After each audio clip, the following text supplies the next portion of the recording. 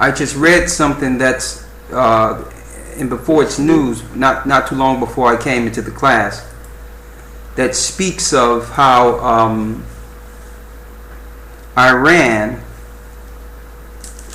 is in league with Venezuela, according to prophecy that's right in, where it says in Isaiah 13 that the Medes are going to be behind the total downfall of Babylon. But they are in league with Venezuela. Venezuela have an agreement that Iran will be able to set up a base there for missiles, actually. So that's Bible prophecy. And that's big in prophecy, to let you know that Iran is gearing up. And again, we told people, that's the sleeping giant. Iran will be the game changer. All right, Iran will be the he will be the game changer. All right. Now, going into the lesson, because y'all missed this lesson and I thought we should share in it a little bit. What is the importance of this world's connection with idols? Now, when I talk about idols, you notice in the Catholic Church they have all these different symbols. They have a statue of Mary, or what they call Mary, which we know is nothing different than Diana, and the worship of Venus, and the child, which is a representation of Jupiter, or the Yule child of Tammuz of ancient Babylon. But with every worship and prayer comes some physical substance, like an idol. You notice even in your Catholic Church they have what you would call rosary beads, something like that, right? They call it rosary beads. Mm-hmm. In it, you know, it's a compilations of different stones, usually linked into a cross. Why do people reverence substance and have a worship linked to physical things like wood and stone and metal? We found out, according to the scriptures and according to this world, why.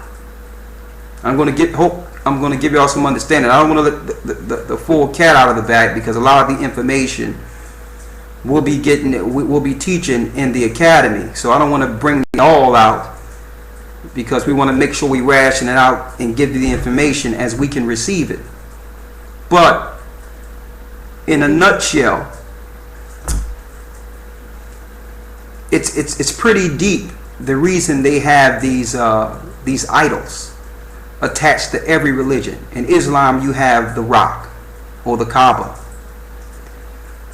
In the Middle East, you have all types of different idols. In ancient Babylon, you had idols. The Roman Catholic Church is filled with idols. You go into your church and there's symbolism and idols every place. And there was an origin of idols. So let's go to the book of Enoch.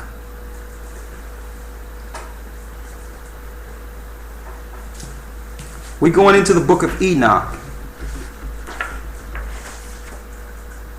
And then I'll take you into the Bible and the Apocrypha to show you why the nations deal with idols. What's significant, and why people cannot physically let their superstition and their idols go. And don't forget, Abraham himself, his father Terah was an idolater. All right? So I'm going to show you, according to scripture, why people hold dear to substance. See, it tells us in the commandments, Exodus 20 that thou shalt not have no other God before the Most High. And he explicitly told his people not to make unto them anything that's in the heaven above or the earth beneath. There was a reason for that. What was the spiritual implication of that? Why did the Most High want Israel to stay away from those practices? We'll show you. Why is it that when it comes to substance, be it your ring or your earrings or your jewelry, why do you call it precious? Why do you hold dear to these things as if they have life and value material more than life itself? What is your spiritual connection to these things?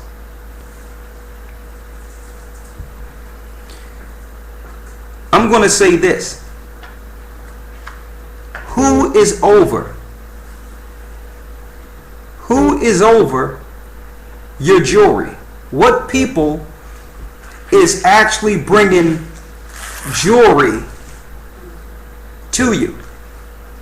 Why do they promote jewelry? Why this time of year, especially during the time of Christmas? Everything you see is about adoring jewelry. Jewelry itself, Jewry, links directly to the Jewish wizards. Back in old time, there was people who knew how to trap spirits in material. They would trap a genie, or what you would call in the Middle East a jinn. But they needed physical substance to do it. So you need something. You need earthy clay. You need something that's made of the Most High substance to hold these spirits with different incantations.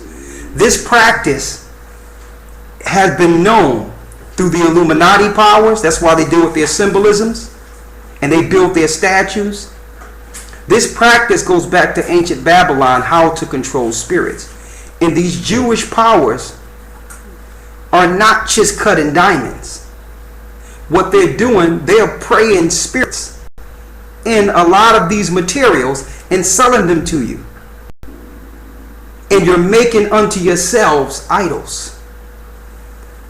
But they promote it innocently. It's an innocent promotion, but really you're being controlled by a spirit. There's nothing more precious than the Most High's creation, than what He created, man.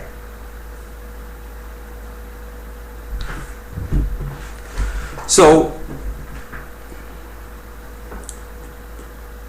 when the Most High said, "Do not make unto thee any graven image," He understood that these spirits would be prayed into these idols, and that people will reverence and hold dear other gods and substance opposed to Him as the God of all gods. All right? Now, I'm going into the origin of spirits. When did this thing come on the scene of demons in the earth? When did this happen? It happened before the flood. Go to Genesis, the 6th chapter. Genesis 6, and get the book of Jude 1 and 6 and 1 and 13. Genesis 6, the book of Jude 1, 6 and 1 and 13, and get 2 Peter 2 and 4.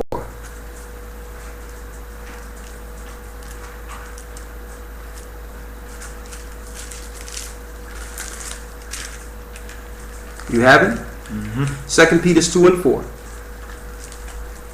You got that? Mm-hmm. Okay. And also get Job, the 1st chapter, the 6th verse.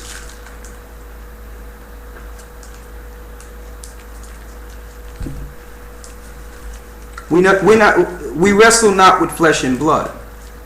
These Jewish powers are sorcerers. This is what you didn't know. The Jewish powers are over the Illuminati. Their secret credo, like I've mentioned the other day in class, their secret credo is to continue their father's Esau's oath he made in Genesis. Once his father died, he would destroy his brother Jacob. That's the secret oath. And that's what they're teaching with the genocide program. The only difference is it's a war being waged against Israel, and Israel don't know who they are. Therefore, they don't know that they're being warred against. So we need to get the origin of this. These people that are over the world, over the bank system, over your thought, over your education, over your religion, that own your banks, these people are sorcerers. You notice their movies, they push sorcery big time. Gandalf, Lords of the Rings, Harry Potter, these wizards. They have many wizards. I know a lot of you think that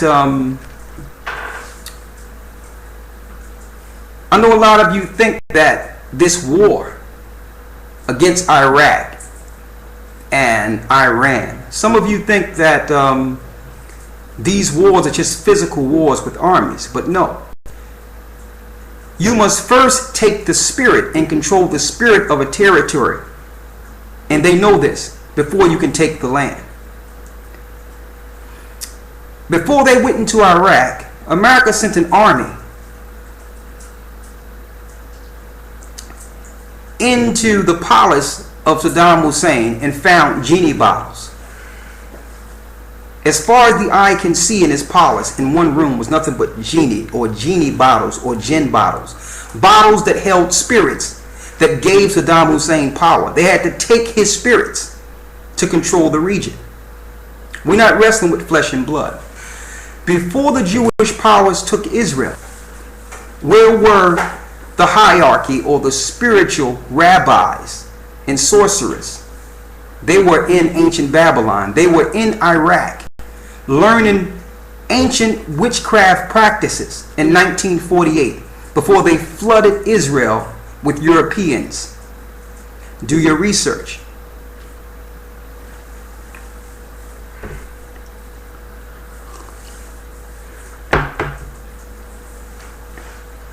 They have cast a spell on the world.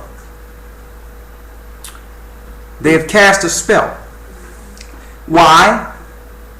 Through manipulation, education, through programming, they were able to hide and reflect and deflect the blame. This is what they did. Some people don't even know that Christopher Columbus wasn't from Spain. You relate the fall of black people or slavery, most of us relate that to Christian Europeans that came over to the New World. That couldn't be further from the truth. Christopher Columbus was only in Spain 5 years. Christopher Columbus was Jewish. George Washington, Jewish. Benjamin Franklin, Jewish. So this one world order that we're talking about, none of the founding fathers were Christians. They were all esoteric, demon worshiping Jewish sorcerers.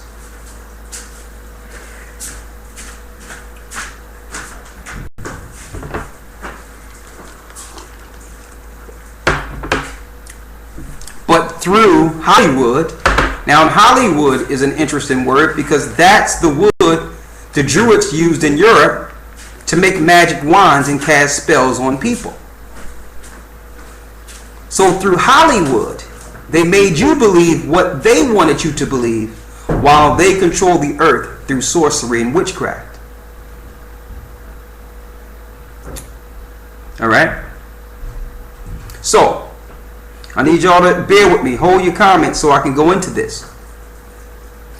How did they get their power? What is the origin of the spirits that they are in league with right now? Let's go into it. We have to go into the beginning. Go to Genesis 6 and 1. Read. Genesis chapter 6 verse 1. And it came to pass, when men began to multiply on the face of the earth. When men began to multiply on the face of the earth, read. And daughters were born unto them. These are people having daughters. Go ahead. That the sons of God saw the daughters of men, that they were fair, and they took them wives of all which they chose. So they went and took them wives and did what? And the Lord said, My spirit shall not always strive with man, for that he is also flesh. Yet his days shall be 120 years. Go ahead. There were giants in the earth in those days. There were giants in the earth in those days. Giants is Nephilim. There was Nephilim. Where did the Nephilim come from? The Nephilim came from the mixture of the daughters of men with angels, who are called in this chapter the sons of God. Read. And also after that. And also after that. It happened after the flood. Read. When the sons of God came into the daughters of men, and they bare children to them, the same became mighty men, which were of old, men of renown. Men of renown, giants, titans. They were like gods on earth. This is the origin of your gods. This is your Greek mythology. There's a movie out called Clash of the Titans. I can show you in the Bible that a judgment was given on their children, that they would fight and kill themselves off through a war. That's your Clash of the Titans. All these animals that you see in these movies were real. Before the flood, the Most High flooded the earth because of the splicing of animals. Because if he didn't stop these new hybrid beings, men would be consumed. People would be consumed. And these same sorcerers that are in the earth today are trying to use legislation and technology to do today like they did during the days of Noah. The mixture of people, DNA, making alternative animals. They're doing the same thing today to kill off the Most High's creation. How do we know that these sons of gods in Genesis 6 are angels? Let's read the book of Job 1 and start at the 6th verse. Job chapter 1 verse 6. Now there was a day when the sons of God came to present themselves before the Most High. Go ahead. And Satan came also among them. And Satan came also among them. Go ahead. And the Lord said unto Satan, Whence comest thou? Where are you coming from? Go then ahead. Satan answered the Most High and said, From going to and fro in the earth? I was just in the earth to show you every sundown the angels report to the Most High. And at that time, Satan, the fallen angel Lucifer, who turned Satan, was able to go before the throne and report to the Most High. So the sons of God are angels. Okay? That's in the spiritual plane. We're the sons of God on the terrestrial plane. The sons of God you read of in Genesis 6 are the what they would call extraterrestrial, coming down to deal with the terrestrial. Okay? Now, let's go to 1 Peter 2 and 4. 2 Peter 2 and 4. Read it. 2 Peter chapter 2 verse 4. For if the Most High spared not the angels that sinned. If the Most High spared not the angels that sinned, what was their sin? Their sin was coming down to the earth, posing as some of these women's husbands too. I'll tell you that in the book of Jubilees. And sleeping with women and bearing children. Read. For if the Most High spared not the angels that sinned, but cast them down to hell. But cast them down to hell. We know that they are in hell. The angels that did this are bound. Go ahead. And delivered them into chains of darkness. And he delivered them into chains of darkness. Go ahead. To be reserved unto judgment. To be reserved unto judgment. So the angels that did this are the fathers of demons. And I'm going to prove that. They are the fathers of demons. Go to the book of Jude, the 1st chapter and the 6th verse. Jude, chapter 1, verse 6. Read it. And the angels, which kept not their first estate. The angels which kept not their first estate was the heavens. That's where they lived. Estate is habitation. Read. But left their own habitation. Go ahead. He hath reserved in everlasting chains. Now they're in everlasting chains until judgment. Read. Under darkness until the judgment of the great day. Until the judgment of the great day. Until after the 1,000-year reign of Christ. Then they'll be judged. That's why it tell you in the book of Corinthians, know ye not that ye shall judge angels? What angels? At the very end, the elect will judge the fallen angels that are still fallen unto this day. Like Enoch judged the fallen angels before the flood.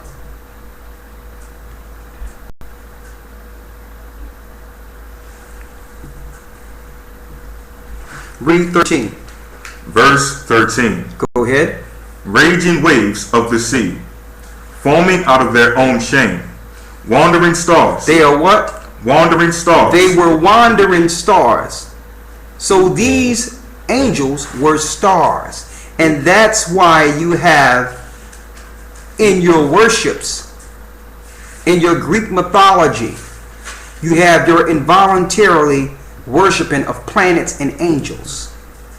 It's worshiping of the stars. These are wandering stars. Read.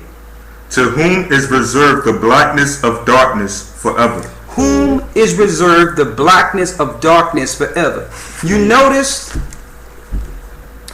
when someone become rich and famous in our society, they are called stars.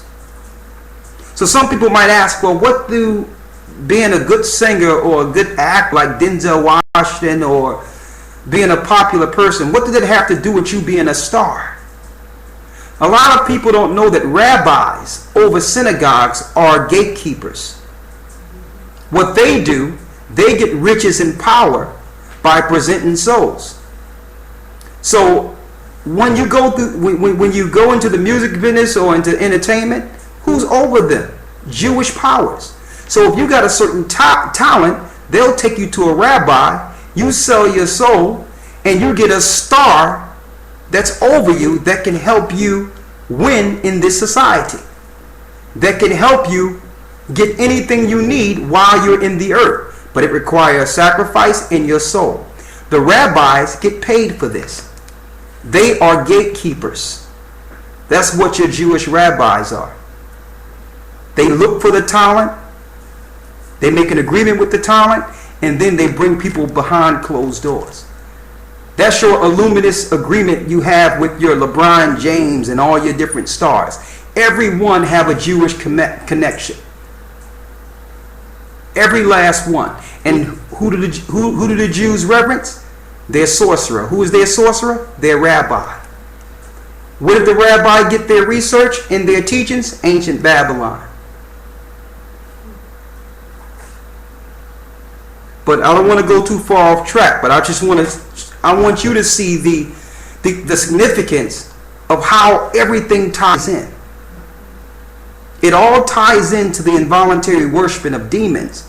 And demons cannot work without an established people pushing their program. And it all links together.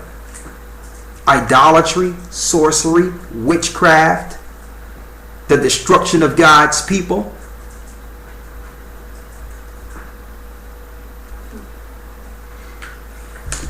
Finish reading. Verse 14. And Enoch also, the seventh from Adam, prophesied of these. And Enoch spoke of these. Go ahead. Saying, Behold, the Most High cometh with 10,000s of his saints. Say that again. Behold, the Most High cometh with 10,000s of his saints. The Most High come with 10,000 of his saints. Now notice that it says Enoch prophesied of these things to show you that Jude was reading Enoch. So why is it that we cannot read this passage Jude is quoting in the Bible? Why? Because if you find the information, you will actually expose the spirits that the Catholic Church is worshiping. So they don't want you to know that this happened, because you would be able to identify them as Satan worshipers, idolaters. So they could not give you the information of Enoch. Why? Because they worship in the fallen angels. So they taught in their theologian schools, no, there was no fallen angels. This in Genesis, those are the sons of Cain, or the sons of Seth, sleeping with the daughters of Cain. Lie. They are hiding the gods they are worshiping. Why? Because if they fear that if this information get out, the people will stop worshiping their gods. Your worship give their gods power. Your worships and prayers to their gods, even in ignorance, fuel this empire. So when we bring our prayers back to the Father, their empire dwindles, it falls.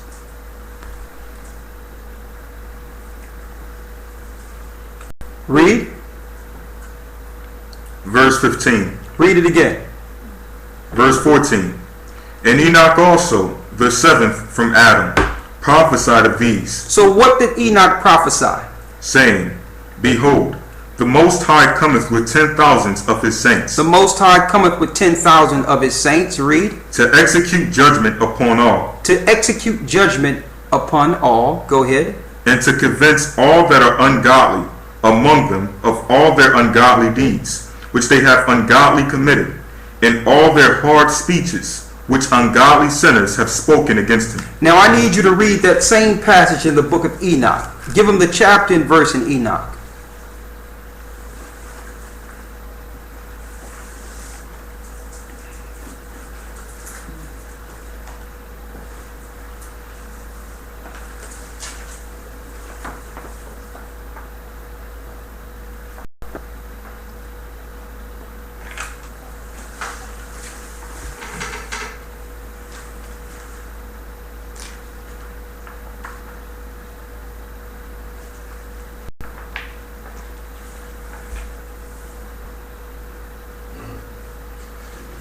In the beginning.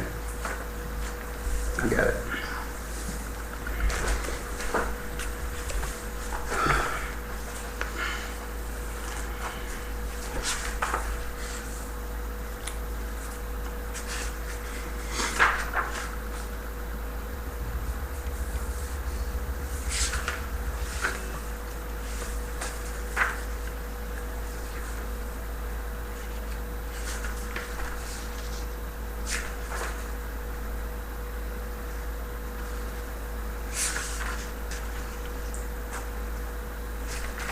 We just had it. Hold on. One moment. Let me get it here.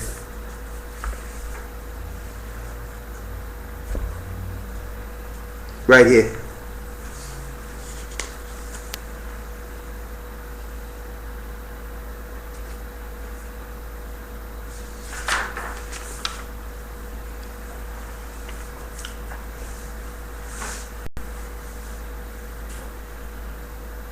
Right here. I'm in the book of Enoch, the first chapter, and I need you to start right here. 1 and 9. Read it. Enoch, chapter 1, verse 9. Read it. And behold, he cometh with 10,000 of his holy ones. He cometh with 10,000 of his holy ones, 10,000 of his saints, the same as we see in the book of Jude. Read. To execute judgment upon all. To execute judgment upon all. This is what Jude was reading. Go ahead. And to destroy all the ungodly, and to convict all flesh of all the works of their ungodliness. Go ahead. Which they have ungodly committed, and of all the hard things which ungodly sinners have spoken against him. That's the same we see in the book of Jude. All right, so this is what Jude was reading from. Okay? With the book of Enoch, you understand the course of years. You understand future judgment. Enoch was showed everything. And he was used to judge the angels that came down to sleep with women. And at this time, he was king and priest. He was so righteous, the Most High took him. He was translated into the heavens. But yet, there's no reading material on him in the Bible. Why? The Catholic Church want to hide the gods they are worshiping.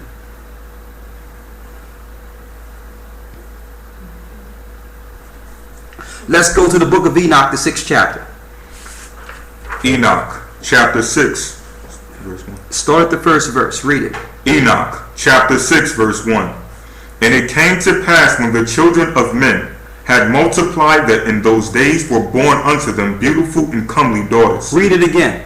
And it came to pass when the children of men had multiplied that in those days were born unto them beautiful and comely daughters. It was born unto them beautiful and comely daughters. Read. And the angels, the children of the heaven. And the angels, the children of the heaven, to show you they're the Most High sons also. Read. Saw and lusted after them. They looked down and lusted after the women. See, and that's why it tells us in the book of Corinthians, the 11th chapter, that a woman should keep her head covered because of the angel. Why? Because the angels were enticed before the flood and sin came into the earth. Same exact thing. We're in the book of Enoch 6 and 1. Read. And the angels, the children of the heaven, saw and lusted after them, and said to one another, Come, let us choose us wives from among the children of men. Let us choose us wives from among the children of men. Read. And beget us children. And let's make children. Read. And Simjaza, who was their leader, said unto them, I fear you will not indeed agree to do this deed, and I alone shall have to pay the penalty of a great sin. And they all answered him and said, Let us all swear an oath, and all bind ourselves by mutual imprecation. So these angels made an oath. Read. Not to abandon this plan, but to do this thing. Go ahead. Then swear all they together, and bound themselves by mutual imprecations upon it. So they agreed. Go ahead. And they were in all 200, who descended in those days of Jared on the summit of Mount Hermon. So you had 200 angels come down on the summit of Mount Hermon, whom in Greek mythology it's called Mount Olympus. You notice in your movies, Paramount, you have stars coming down through the sky, down around a mountain on your Hollywood screens to show you the angels or the stars that are being worshipped through Hollywood. These are the stars that the Jewish powers are worshiping, or the gods they're worshiping. Now, they bear Nephilim. It's going to show you. Read. Who ascended in the days of Jared on the summit of Mount Hermon. Go ahead. And they called it Mount Hermon. And they call it Mount Hermon. Go ahead. Because they had sworn and bound themselves by mutual imprecations upon it. Go ahead. And these are the names of their leaders. I don't even want to go into their leaders. Let's go into the children they had. Let's go down to when the Most High called Enoch up to the throne after he was translated. Now this is how it was. Enoch at one point used to come out every day and teach. And then he started coming out once a week. Then once a month. After that, once a year. Then he was then once every 5 years. Then they barely seen him. And then he was gone altogether. He was translated before the Father. All right. Let's get the judgment of the fallen angels. Let's start at 12 and 1. Behold, these things Enoch was hidden. Enoch, chapter 12, verse 1. Before these things Enoch was hidden, And no one of the children of men knew where he was hidden. So they looked up and they didn't know where he was. Talking about Enoch. It tell you in the Bible that Enoch was translated. He was taken. He didn't die. The Most High took him into the heavens for this specific purpose. Read. And no one of the children of men knew where he was hidden, and where he abode, and what had become of him. And his activities had to do with the watchers. And his activities had to do with the watchers. Who are your watchers? Your watchers are the angels that were supposed to watch men and report back to the Most High. And you notice they have satellites, the same number of satellites around the earth today, which are called digital angels. These fallen angels, their children, have given technology to man to actually put watchers back out in space through electronics to do the same courses they did around the earth before they fell. Digital angels are satellites. Read. And his activities had to do with the watchers. And his activity had to do with the watchers. Go ahead. And his days were with the holy ones. And his days were with the holy ones. He was up where the Father is with the heavenly realm, with the angels. Go ahead. And I, Enoch, was blessing the Most High of Majesty, and the King of the ages. And lo, the watchers called me, Enoch the scribe, and said to me, Enoch, thou scribe of righteousness, go declare to the watchers of the heaven who have left the high heaven, the holy eternal place. So he said, I need you to go and declare to these angels. Read. And have defiled themselves with women. Now mind you, when Enoch went to speak to them, they have already defiled the earth. The blood of men was crying out to the Most High. The angels heard it. So the Most High said, listen, go get Enoch. Enoch was translated, and now the Most High is telling Enoch what he's to do based on this sin in the earth that will eventually destroy mankind. Read. And have done as the children of earth do, and have taken unto themselves wives. They took unto themselves wives. Go ahead. Ye have wrought great destruction on the earth, and ye shall have no peace, nor forgiveness of sin. And inasmuch as they delight themselves in their children, the murder of their beloved ones shall they see. And over the destruction of their children shall they lament, and shall make supplication unto eternity. But mercy and peace ye shall not attain. And Enoch went out and said, Azazel, thou shalt have no peace. He told Azazel, thou shalt have no peace. Read. A severe sentence has gone forth against thee to put thee in bonds, and thou shalt not have toleration, nor request granted to thee, against because of the unrighteousness which thou hast taught. Go ahead. And because of all the works of godlessness and unrighteousness and sin which thou hast shown to men. Go ahead. Then I went and spoke to them all together, and they were all afraid, and fear and trembling seized them. And they besought me to draw up a petition for them, that they might find forgiveness. So they wanted Enoch to go plead the cause for them before the Most High, asking the Most High to forgive them and allow them entrance back into the heavenly realm. Read. And they besought me to draw up a petition for them, that they might find forgiveness, and to read their petition in the presence of the Lord of heaven. Go ahead. And from thenceforward they could not speak with him, nor lift up their eyes to the heaven for shame of their sins, for they had been condemned. Then I wrote out their petition in prayer in regard to their spirits and their deeds individually. I need you to go straight to the judgment before the Most High.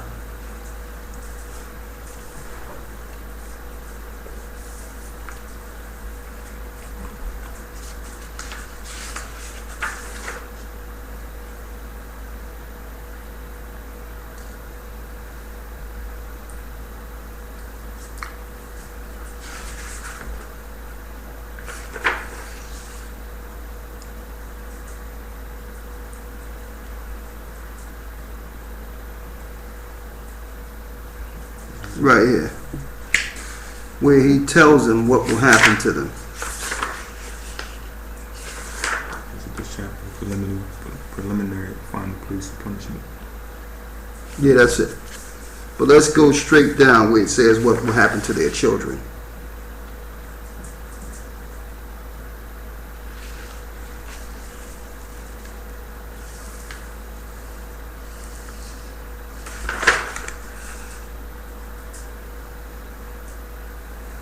I think that was what you believe.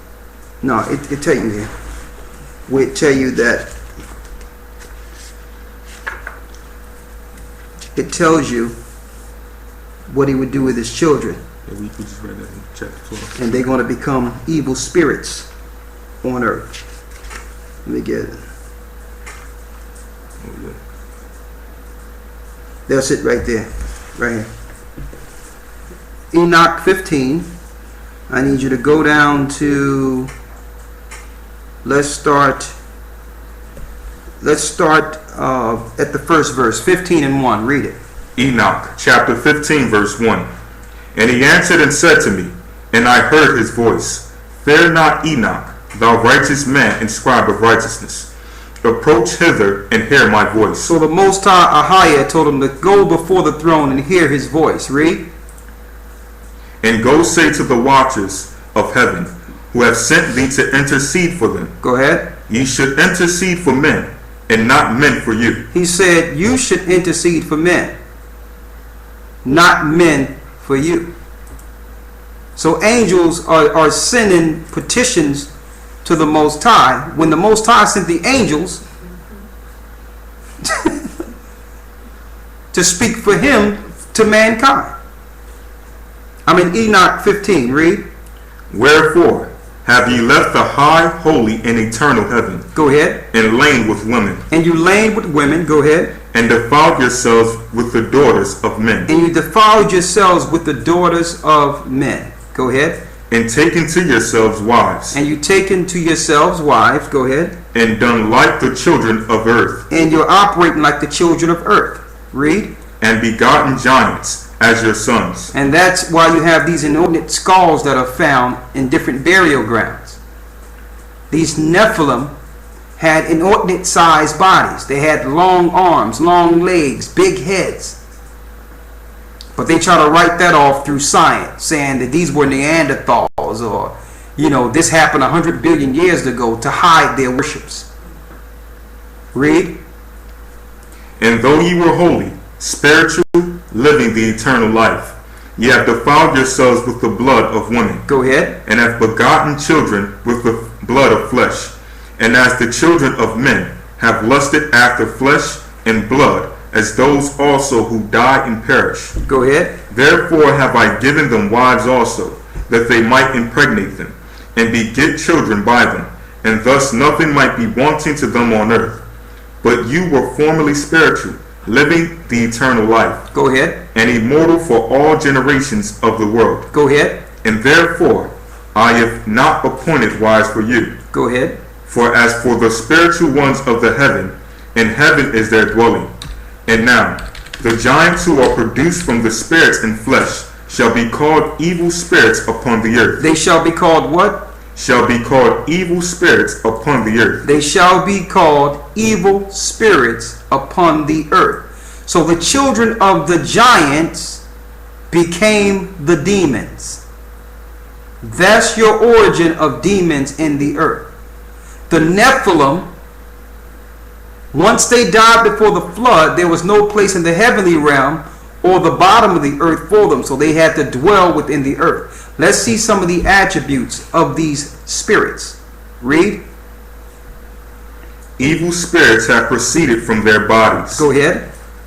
Because they were born from men. Because they were born from men. Go ahead. And from the holy watchers. And from the holy watchers. Is their beginning and primal origin. That's their origin. That's where they began. Read. And heaven shall be their dwelling. They shall be spirits on the earth, and evil spirits shall they be called.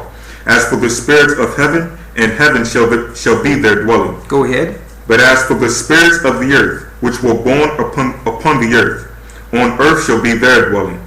And the spirits of the giants afflict. They afflict So here's the spirit of these demons. Afflict, go ahead. oppress, They oppress people. What else they do? destroy, They destroy people. What else they do? attack. They attack. So when all these things are happening, there's a spirit involved. And see, in Christ told us in Matthew the 5th chapter how to combat this. You cannot react when something is being done to you. Because if you react to them, that opens the door for them to come into you. So Christ says, okay, turn the other cheek.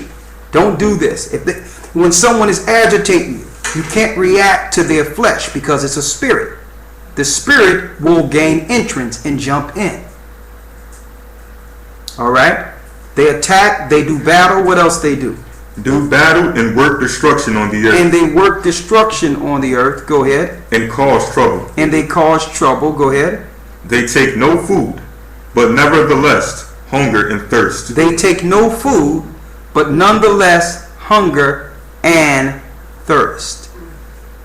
So that's the power of fasting. When you fast and deprive yourself of food and water, the spirits cannot utilize your body. So they find someone else they can utilize. And notice they have promoted a system that make most people gluttonous. So that these spirits can inhabit and live within you because they hunger. They will try to satisfy their insatiable appetite through you. Read it again. They take no food, but nevertheless hunger and thirst. They take no food, nonetheless they hunger and thirst. Read. And cause offenses. And they cause offenses. Go ahead. And these spirits shall rise up against the children of men. And they shall rise up against the children of men. Why? And against the women, because they have proceeded from them. Go ahead. From the days of the slaughter and destruction and death of the giants, from the souls whose flesh the spirits having gone forth, shall destroy without incurring judgment. Thus shall they destroy until the day of consummation. They shall destroy until the days of consummation. The days of consummation is when Christ judged them for the last time. But until then, they are at war with us. So our conflicts and what we do allow them entrance. A matter of fact, you have to understand, they have no power over us. The only power they have is the power we give them. So the Jewish powers that make these horror flicks about them and these scary movies and these horror flicks make you fear these spirits so that they can have power over you. But really, if you have Yeshua, they have no power over you. Let's get Matthew, the 8th chapter. Matthew 8.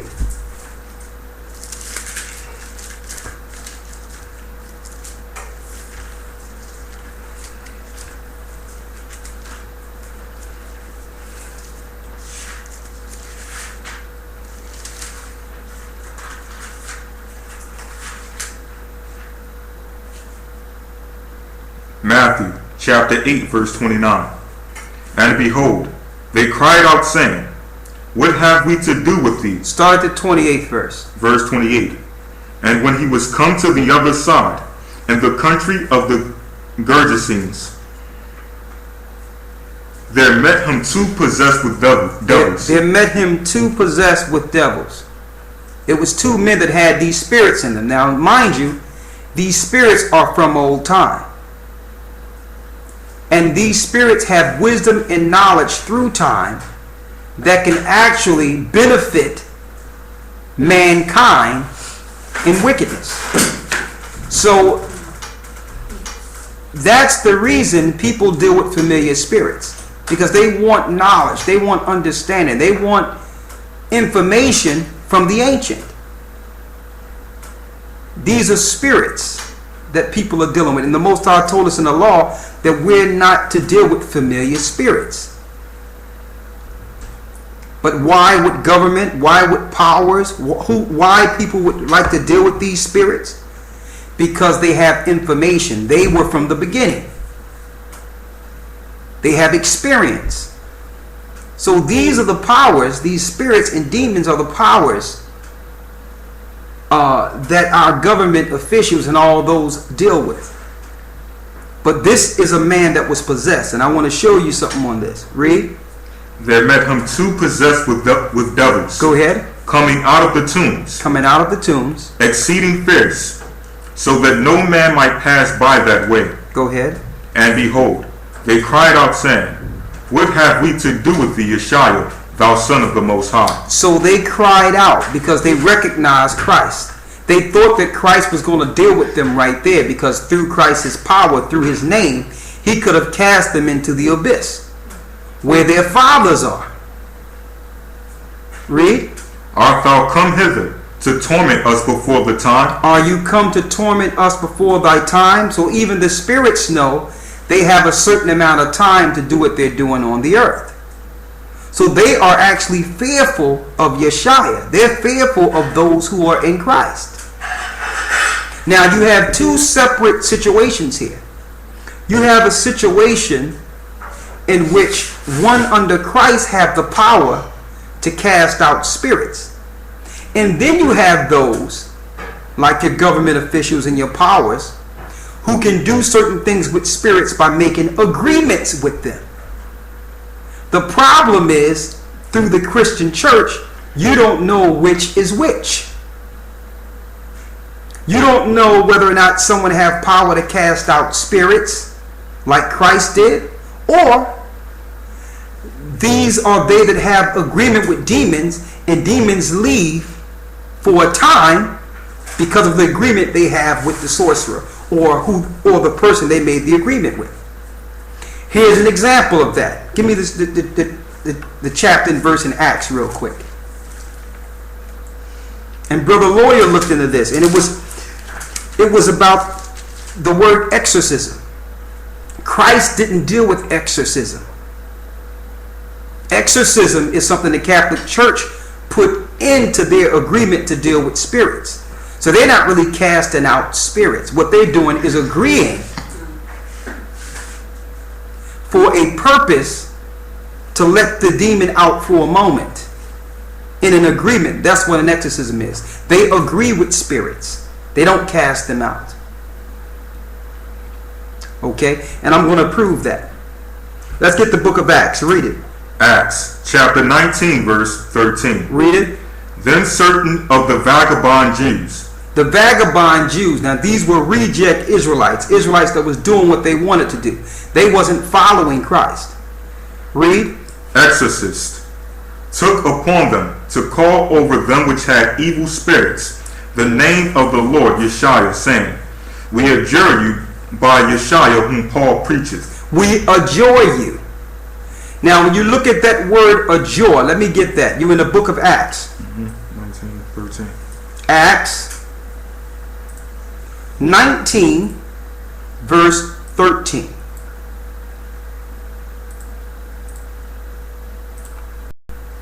When you look at that word adjure, first let me give you the word exorcist. Exorcist means one to bind by an oath. That's an agreement. That's not you actually casting something out.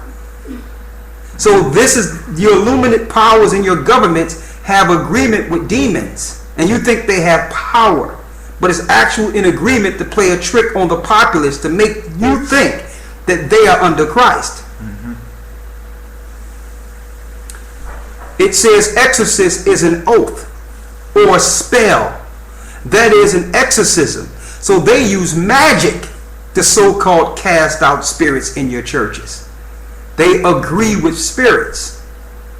It says here, took upon them to call over them which had evil spirits the name of the Most High.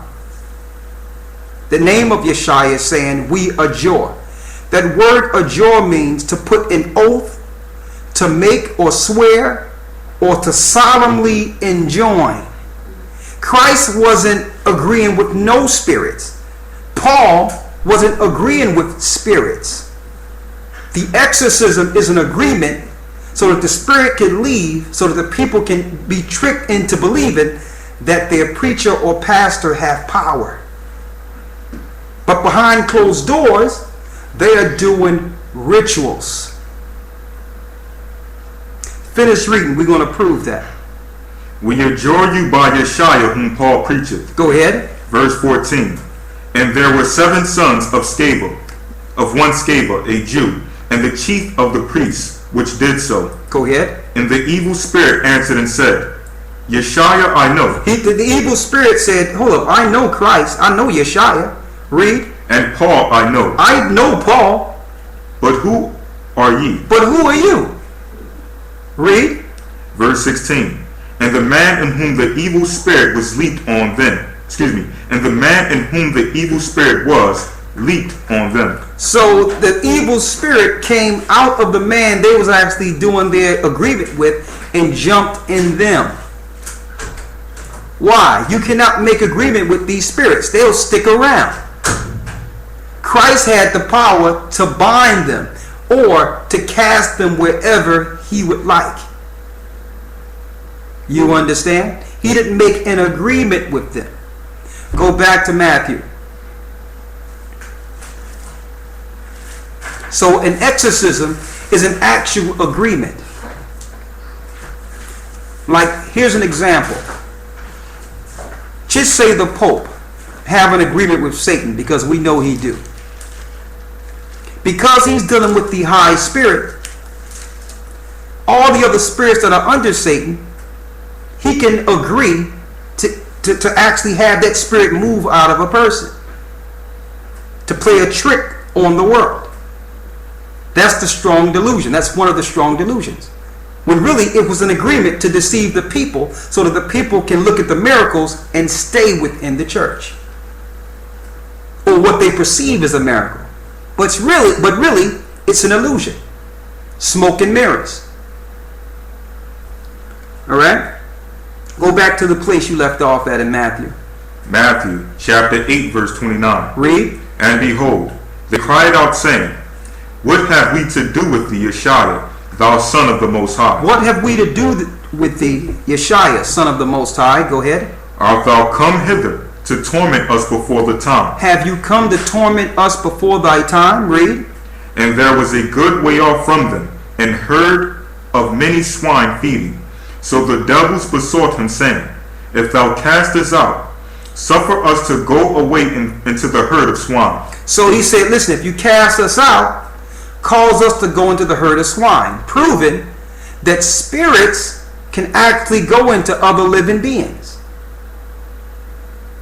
What happened after that? Read. And he said unto them. Now, why did the spirits want to be cast into the swine? Let's see. Read. And he said unto them, Go. And when they were come out, they went into the herd of swine. And behold, the whole herd of swine ran violently down a steep place into the sea, and perished in the waters. So the pigs died in the water. So what did the demons want? What did the spirits want? Why did they want the pigs? So that they can kill the pigs and get loose and go back and find other bodies. So it proved that they can actually go into animals for a time. But their preference, like it says in Enoch, is to deal with people, to cause things to happen within people. So he said, well, okay. He knew that Christ wasn't going to cast them into another person. Christ was going to banish them into hell. So they said, listen, cast us into the swine so that they can get loose again. They killed the swine, and now they're loose to go around and to continue their attacks against mankind. This is what goes on. Spirits can also use animals for a time. Now, going back to idolatry and how this all links in.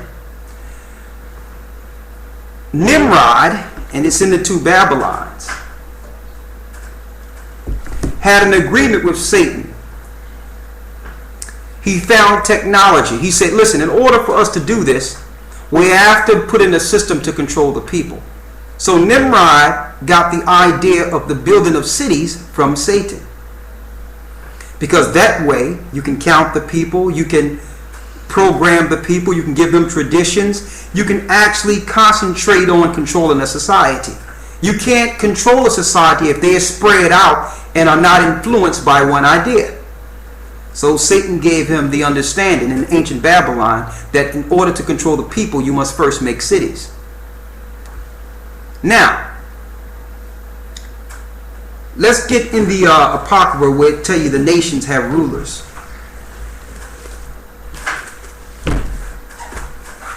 I'm going to bring this all the way around. You notice that in every city or in every empire, they build statues, they build monuments, or they have some type of esoteric symbol. Like you have the Pentagon that's in the shape of a pentagram. You have the obelisks of Egypt in Washington, D.C. You have the everything. I mean, everything is pagan in its symbolism. Why? Because Nimrod taught people. Nimrod was taught by Satan how to control the spirits in different regions of the earth. You have to use symbols to bind them for an oath or have an implication in agreement with spirits. So now you have preachers, Muslims, all these high-powered people in the earth, stars per se. You have these high people in the earth who become Masons. Why? They can now step in and utilize these spirits in the earth who are now captured or controlled by government powers. So you got the spirits that are running loose and the spirits that are in league or have an oath with government powers in this earth. We wrestle not with flesh and blood, but principalities and powers, the works of evil in high places. So they needed to build constructs that can control spirits. Symbols are vortexes for demons. This is what's used for communication with spirits, or so that spirits can go in through windows and come in and out throughout the earth and travel. They work through symbolism. Like the example I gave the other day is, you would know if someone want to invite you someplace or agree with you based on their reaction to you or your demeanor towards them. So if you're frowning and you're upset or whatever, some people might want to back up off you. But if you're welcoming and you're happy, and you extend yourself, your demeanor welcomes you to this person and vice versa. Spirits work different. Spirits know that Christ is in a lot of people, and in some people it's less than it was before, I would assume. But you have people in this earth that have the power to move these spirits right out of the way and banish them in the name of Yeshua, and they know this. So you must welcome them in based on your symbolism. So they promote symbolism in your society: the 5-pointed star, the 6-pointed star, the crescent in the moon. All these are extensions to spirit saying, I agree with you. You can come in. You can dwell with me. These are all agreements in symbolism. And this is esoteric back to Babylon. They found out that they can do certain rituals to make agreement with spirits. And that's why people hold on to their idols. It's the same relationship. I'm going to bring this all around. But I'm going to show you that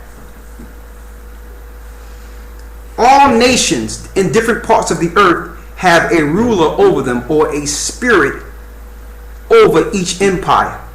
Read it. Ecclesiasticus chapter 17 verse 17. Read. For in the division of the nations. In the division of nations. That means all nationalities. Read. Of the whole earth. Of the whole earth. Read. He set a ruler over every people. He set a ruler over every people. So there's a God over every nation. There's a God over every nation. But what? But Israel is the Most High's portion. But Israel is the Most High's portion. He didn't set God or an angel over Israel. He himself became the God of Israel. That's why the nation worshiped gods. Read.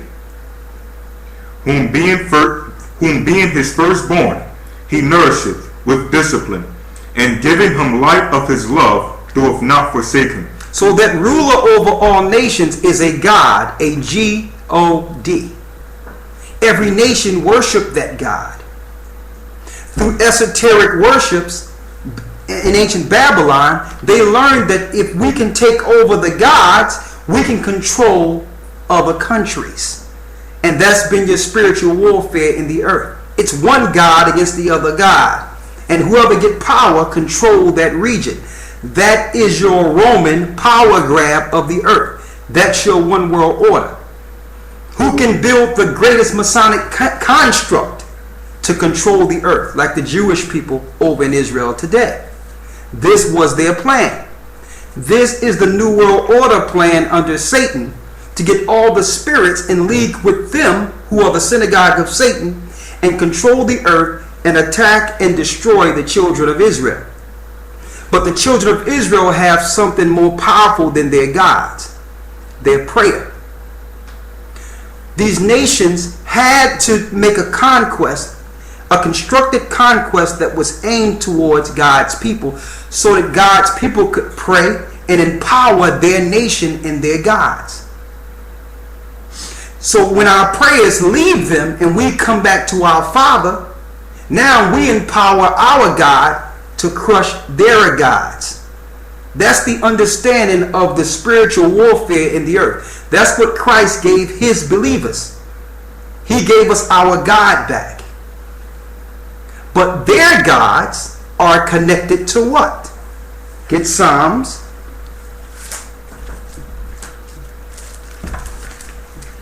It's a full lesson. There's other things I want to go into. I can't hit it all, but I want to show you something. Psalms 90, 96, and 4 and 5, right? Mm-hmm. Read it. Psalms chapter 96, verse 4. Read. For the Most High is great, and greatly to be praised. For the Most High is great, greatly to be praised. Read. He is to be feared above all gods. He is to be feared above all gods. He was telling his people. Read. For all the gods of the nations are idols. For all the gods of the nations are what? Are idols. Are idols. So there's an idol attached to every nation. There's a ruler attached to every nation. And that's idolatry. The Lord gave us a law and said we cannot operate like this. Now the reason the angels or the fallen or the spirits want you to worship, because by doing this you empower the gods or their fallen fathers that are bound in hell. The Roman Empire worshiped the underworld. They worshiped the gods of the underworld. Those are the angels who were bound in the book of Enoch. So if you're dealing with masonry, esoteric work, witchcraft, Christianity, all of it's all the same. Even when they do those chants, what they call talking in tongues. Now, there's no Baptist churches in India, but yet they're doing the same satanic chants in their rituals. These are all chants of connection of demons and spirits to these particular gods. Now, there's more. Read that again. Psalms chapter 96, verse 4.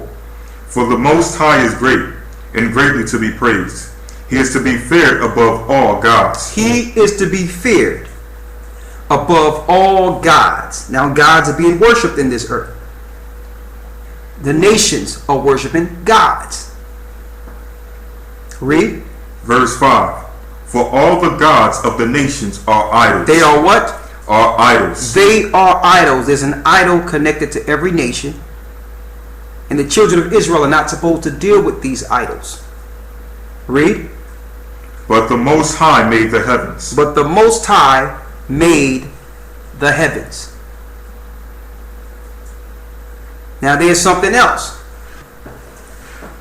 In order, like I mentioned earlier, in order for them to take down the earth, they must first take down the power or the God being dealt with in any particular area.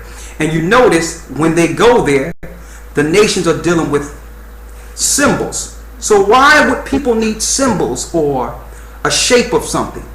A lot of these spirits go into these particular idols and deal with people. They need substance. They need something of the earth that was created to abode. Okay? Now, our foreparents in old time understood this. That's the reason if they went into a house or a place where someone else used to live, they would throw out all the things that was in the house before they came and start over with their things. Why? Because you don't know if someone prayed a spirit or a god or a demon in certain things. So these idols are connected with spirits living and actually abiding in these different stones, in these statues. That's the reason people hold these things dear to themselves. It could be in their trinkets, it could be in their earrings, it could be in, I mean, it's nothing. It's nothing but an idol. But there's demons connected to it, and these demons give power in this earth. It's what you would call good luck charms. What they call a charm. Okay? So what I'm talking about is real. This is what happens within the earth. So the Most High is calling us to separate ourselves from idols. Pictures that's idolized, statues. And I'm going to tell you, our people, I'm talking about black people right now, are some of the biggest idolaters on earth. We'll go into a shop and think we're getting some Afrocentric artifact. You have this big black ugly mask with hair right off, and you'll put it on your wall and don't know that a voodoo preacher probably prayed a spirit over it. Or you'll get a statue of a jackal, from Egypt, or some type of artifact that you think is art. The Roman Empire are hiding their idolatry through art. It's straight idolatry, and 9 times out of 10, you're bringing a demon or spirit in your house. This is how they do it.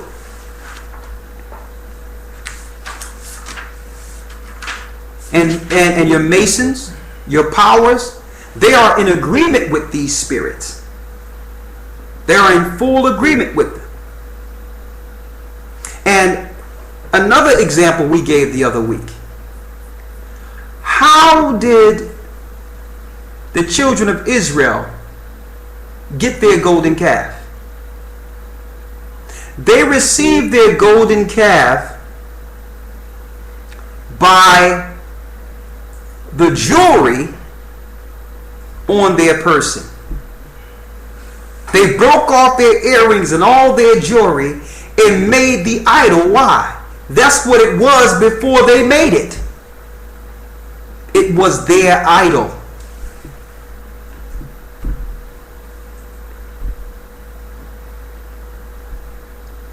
The Most High says we're not supposed to covet any substance. Now, I'm not saying that people shouldn't wear what they want to wear.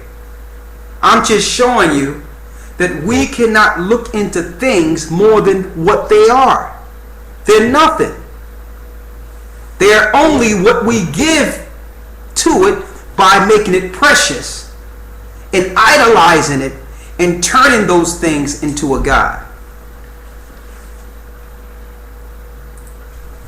There's some other scriptures on idolatry I wanted to go into, but I just wanted to hit that because that's one of the commandments written of in the Bible.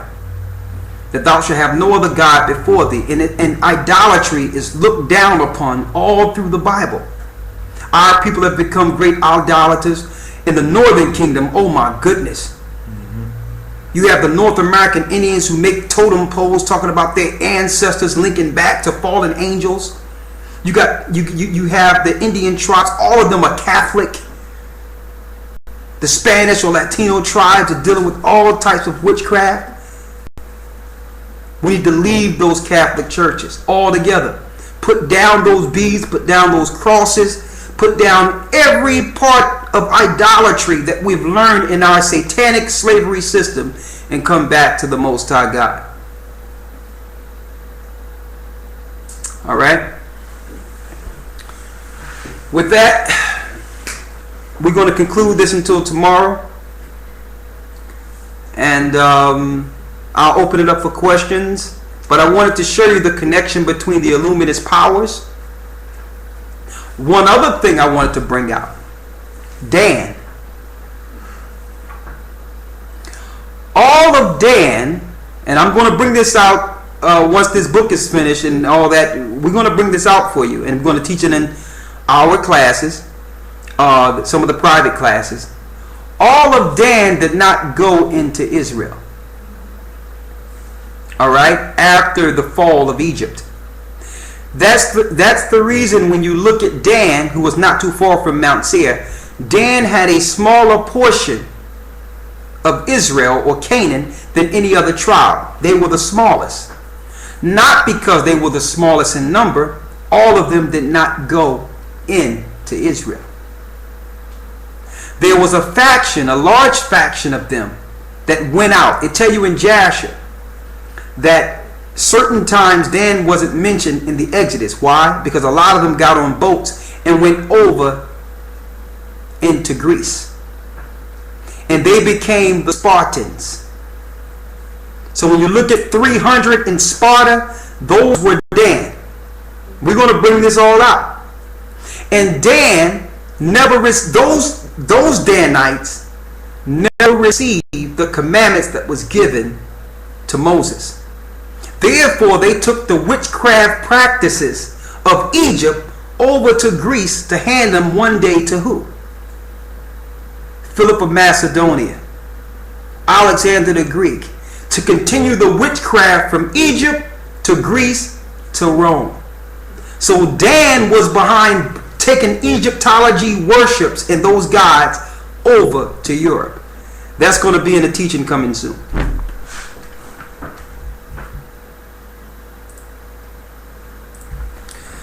All right. Let me stop that. One moment before we answer questions.